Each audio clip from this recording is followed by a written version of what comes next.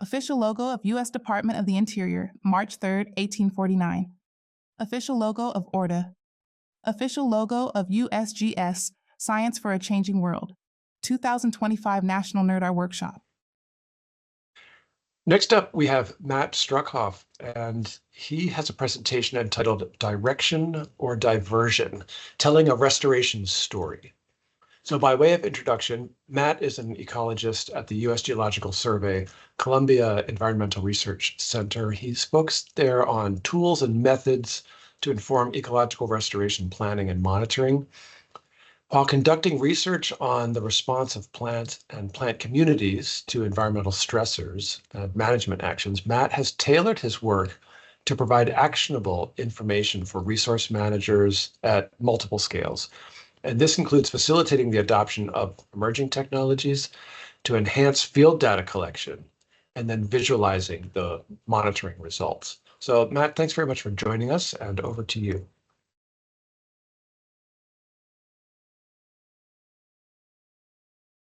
Oh, Matt, I'm not hearing you just yet.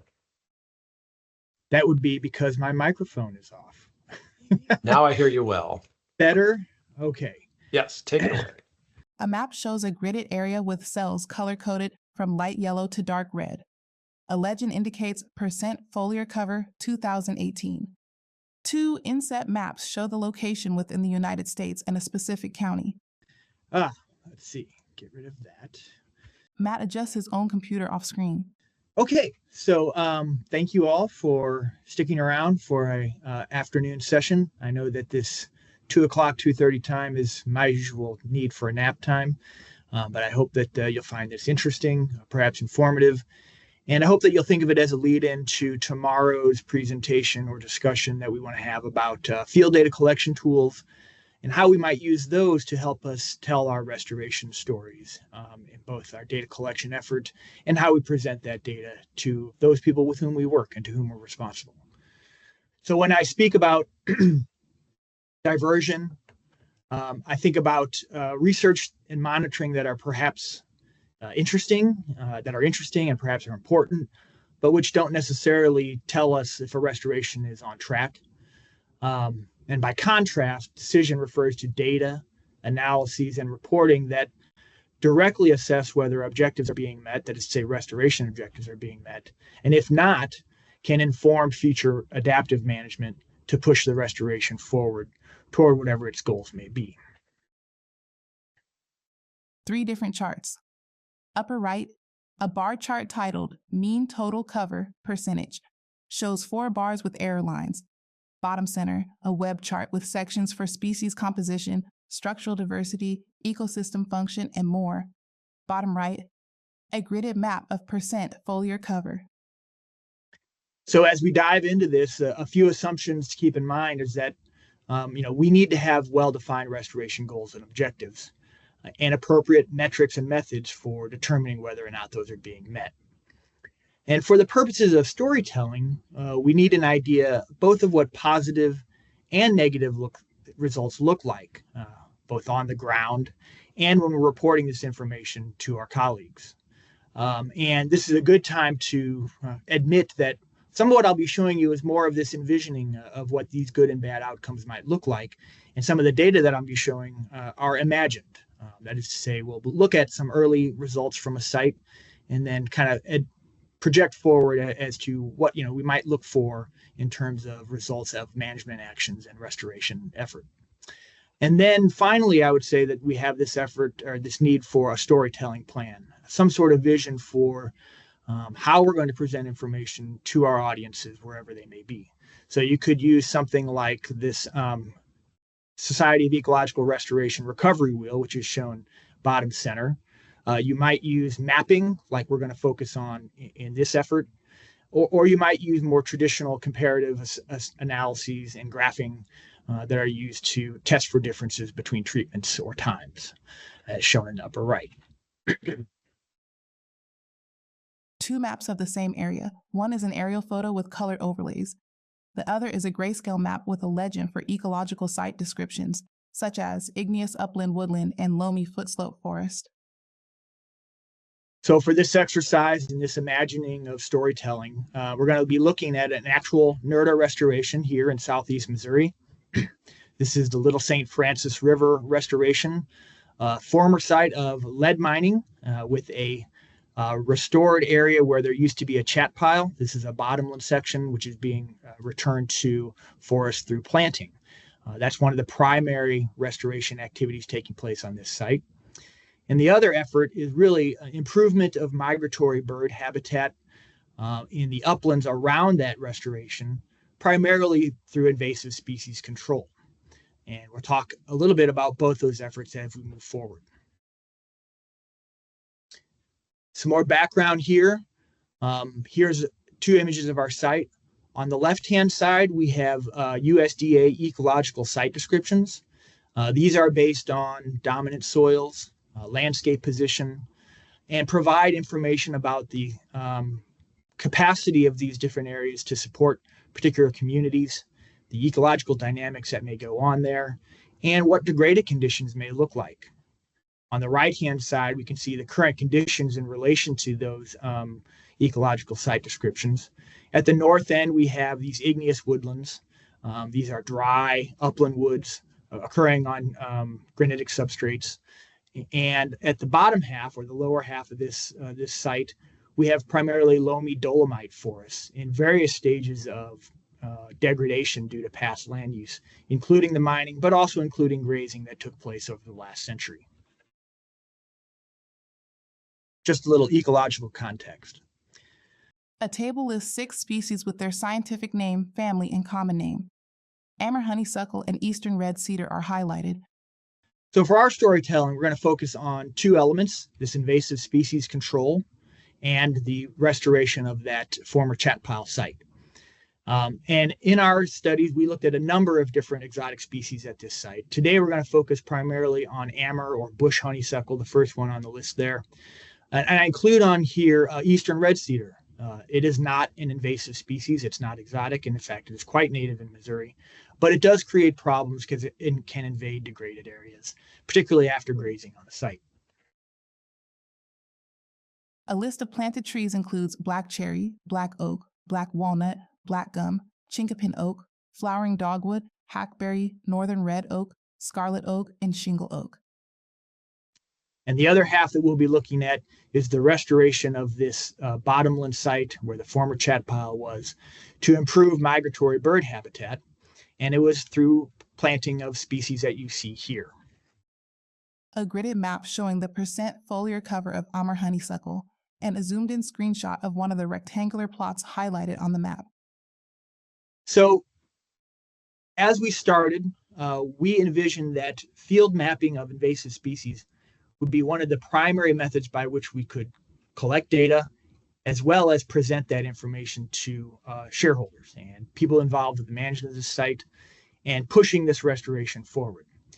And this is a little preview for what we'll be discussing tomorrow in the workshop portion. We'll be talking about tools or field data tools for data collection and presentation.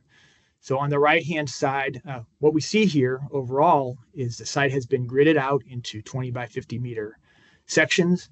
And we sampled each and every one of these by walking through them across their long axis. As we entered a site, we would use our handheld phone or GPS to call up this location. We'd see where we were in relation to it. So as we entered one side, we'd see our little X here saying that's where we were. We could tap on it and it would bring up this option of which one we're interested in. A second screenshot labeled Collect with a list of species. A third screenshot showing a drop-down menu for Amur honeysuckle with percentage cover ranges to choose from. And then we could click the little edit tool at the lower left, and I'm afraid you're not being able to see that, but that's okay. And what you get is an option for data entry. In the center, we can see the various fields that are available. In this case, we have a little bit of information about the community, as well as this whole suite of species that we were interested in documenting on the site. All or almost all of these were invasive species that we anticipated would be an issue on the site as we move forward. And when you select on any of them, in this case, Amur honeysuckle, shown on the right, you get an option for determining or providing an estimate of its foliar cover within the cell. You make that selection, you hit the check mark, and then you're done collecting for that cell. And you can do that for every species in the cell, or only those that you encountered in that site. So we did that for bush honeysuckle as well as 20 or more other species on the site. It took us about 2 days to map this entire 100-acre area, roughly. And we're able to generate for each species a map such as the one you're looking at now, which show the abundance of this species across the site in relation to existing community types, or if we wanted to, in relation to those ecological site descriptions that we have for the area. So for bush honeysuckle here, we can see that obviously there's a bit more of it in the southern portion of the study area. And you can see that it tends to occur along margins of different community types, perhaps where you're switching between a cedar old field or you have some sort of road going through an area. Now we get into the envisioning what it's going to look like in the future, what we hope it will look like in the future. And that's where the next bit of data comes in, which is completely contrived. But what I've done here is imagined what the actions would be, or what the result of management actions would be on reducing this species or changing its abundance generally. So here we have a set of imagined data from 2019, the year after the initial restoration effort to remove this species. What we see is that the amount of the species is reduced on the site. And particularly in that lower portion, you can see greater reductions because there was more to start with. Also, you can see in the upper areas of the igneous knobs and the top half of that study area, you see a few cells that have new established populations of this amber honeysuckle.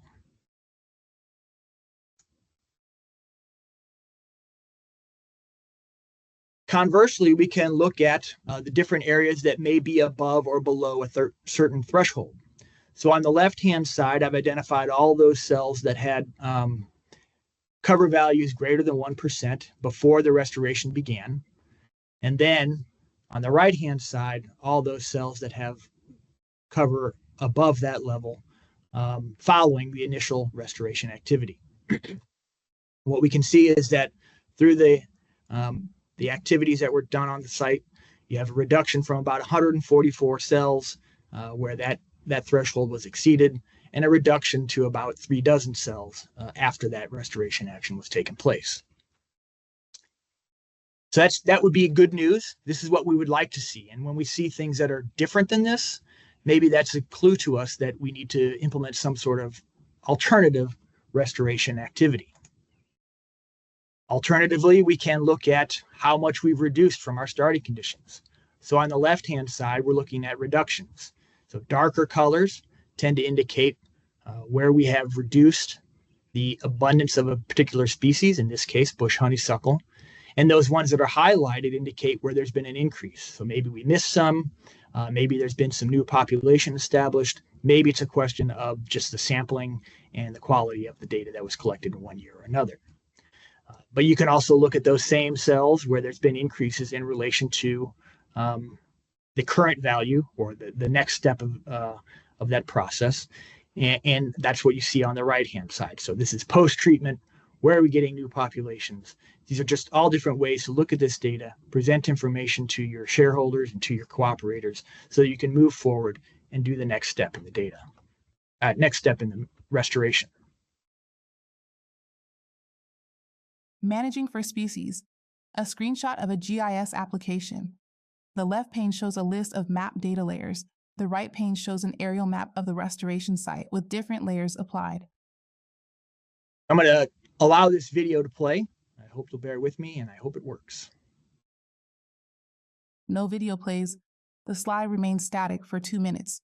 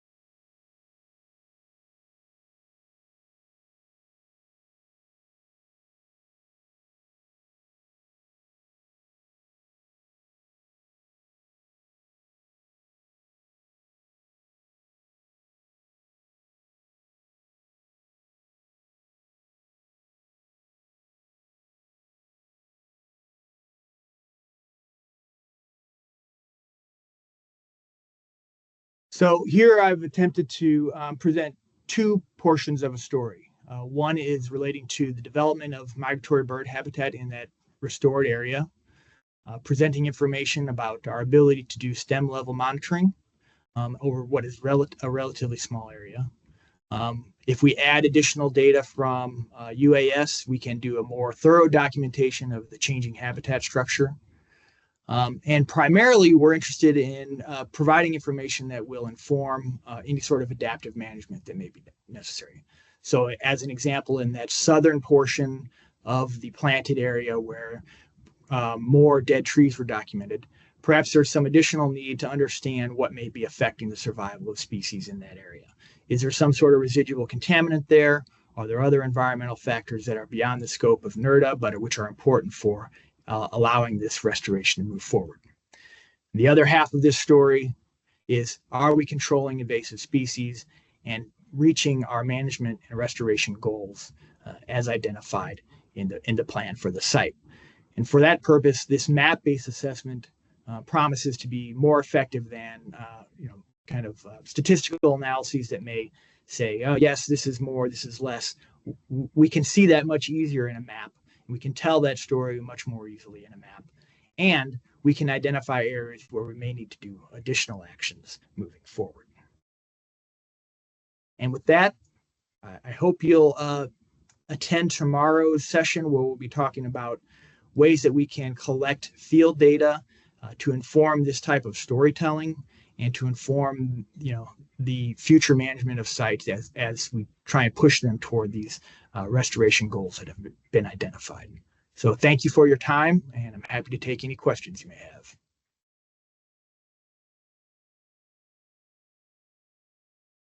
have. Thank you, Matt. I don't see any questions in the Q&A right now. Does anybody have one?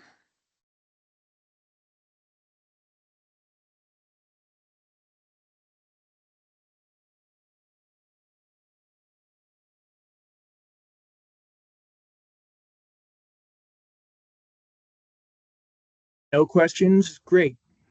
Hopefully they're all saving them for tomorrow. Here. The slide reads break time. Well, thanks, Matt, for those tips on using data and mapping and visualization to tell a compelling story about our restoration efforts. I do look forward to your session tomorrow so we can learn some more about these data collecting techniques.